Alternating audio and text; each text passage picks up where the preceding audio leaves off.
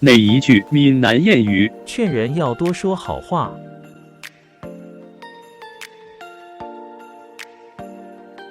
闽南谚语取材于台湾闽南语常用词词典。欢迎乡亲们转发到自己的聊天组群，协助推广咱们的母语。多谢，感恩。闽南谚语：上命无保，食水都无。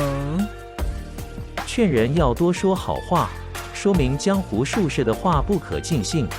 谢谢您的观赏，希望您会喜欢我为您制作的影片，请支持我，点击 subscribe， 然后再单击小铃铛。